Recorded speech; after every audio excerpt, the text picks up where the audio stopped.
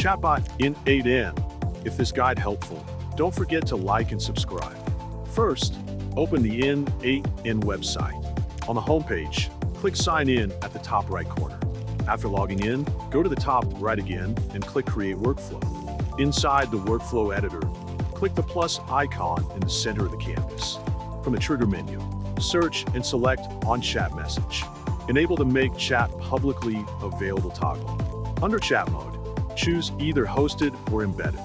For authentication, select Basic Auth or N8N User Auth. You can also configure additional custom fields if needed. Next, click the plus icon again, search for AI agent and add it. Choose the source for prompt and configure options such as system message or behavior. Then, add a chat model by searching for OpenAI. Set up the credential, choose your preferred model, and adjust advanced options if necessary. Now, click the plus icon again and search for simple memory. Set a unique session ID and define the context window length. Then, add your desired code tool.